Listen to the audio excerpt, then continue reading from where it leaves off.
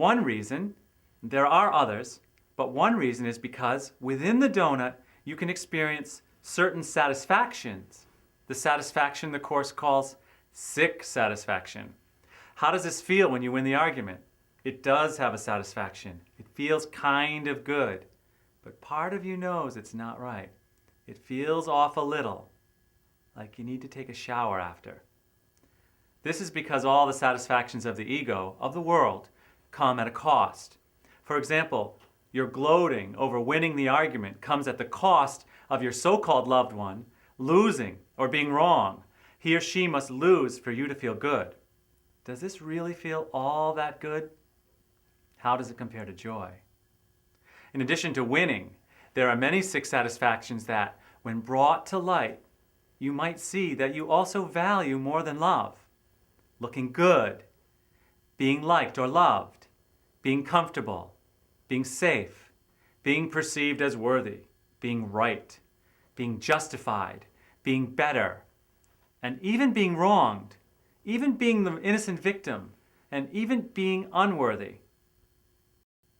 For example, and I'm going out on a limb here, I bet you actually like to hold a grievance against someone because you like being the better one, being right, being justified, being more worthy than them.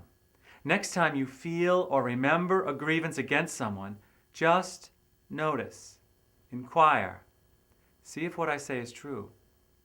When you feel or replay a grievance, can you admit that you like the sick satisfaction of being better? But did you realize that when you do this, you are declaring that you value being better more than you value love? In doing so, you become an alien to love. What part of you is feeling better? The ego. As you strengthen the ego, you strengthen the barrier blocking you from peace, joy, love, and your true self. So to review, you choose to forgo joy so that a false self that you made up can enjoy these sick satisfactions. You can smile. I know this sounds strange, but just try and become aware of it when you gossip, argue to win, or engage in any of these behaviors. In the heat of it, you value something other than love more than love. In a sense, you cast love aside and build a barrier against it. And within the barrier, inside the red donut, the very best you can experience is a sick satisfaction. But more often, it feels like anxiety, anger, frustration, guilt. Just look at the red words.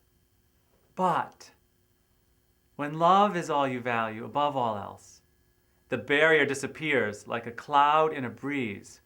This feels like peace with occasional outbursts of joy.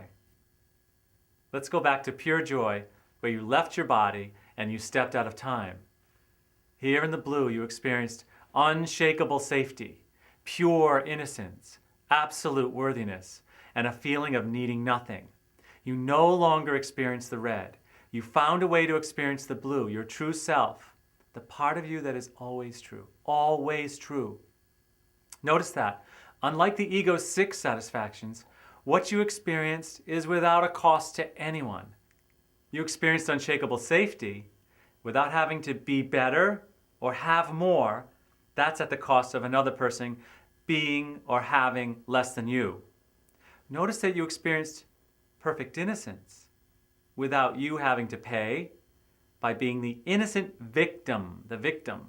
That you experienced total worthiness without having to be right, justified, or winning at the cost of making someone a loser. You experience these things without the sick cost the ego extracts, and without the ensuing guilt. The ego, the false self, offers you a sick version of what you really want, a false offering of love. The Course tells us all there is in reality is love. Everything else is a cry for help, a cry for healing. So trying to win the argument is really a cry for help. And being right is just a shabby substitute for love. That leaves only two things we can experience in this life. We experience either love or we're crying for love. We're experiencing the blue, our reality, or the shabby substitute, the red donut. Notice, we always seek love. Even when we fight to be right, we are really just crying for the worthiness of love. Even when we arm our country and go to war, or become a terrorist for that matter, we are crying for the unshakable safety of love. When we try to justify our actions, or we argue to win, all we really want is the perfect worthiness of love. The difference is that love is real and has no cost to anyone. And fear, the red donut ecosystem, is an illusion, a shadow, an imposter, an alien trying to mimic love, and quite badly, I must point out, and at an extreme cost to you and others. The cost is your experience of peace, joy, and your true self. Next time you're faced with a situation that challenges you, or if you're just feeling anxious, picture the donut. Be honest with yourself. Are you in the donut? Is your barrier blocking what the Course calls your natural inheritance? All the blue, all the blue. If you ever get stuck, just remember that you have only two choices: love or donut. Ask yourself, what is it that you are choosing to value more than you value love? When you frame it this way, your answer may just sound silly. Have a good laugh. Don't take it so seriously. You can smile. Remember that you need do nothing to establish your worth. It is already established and has always been and will always be in the blue.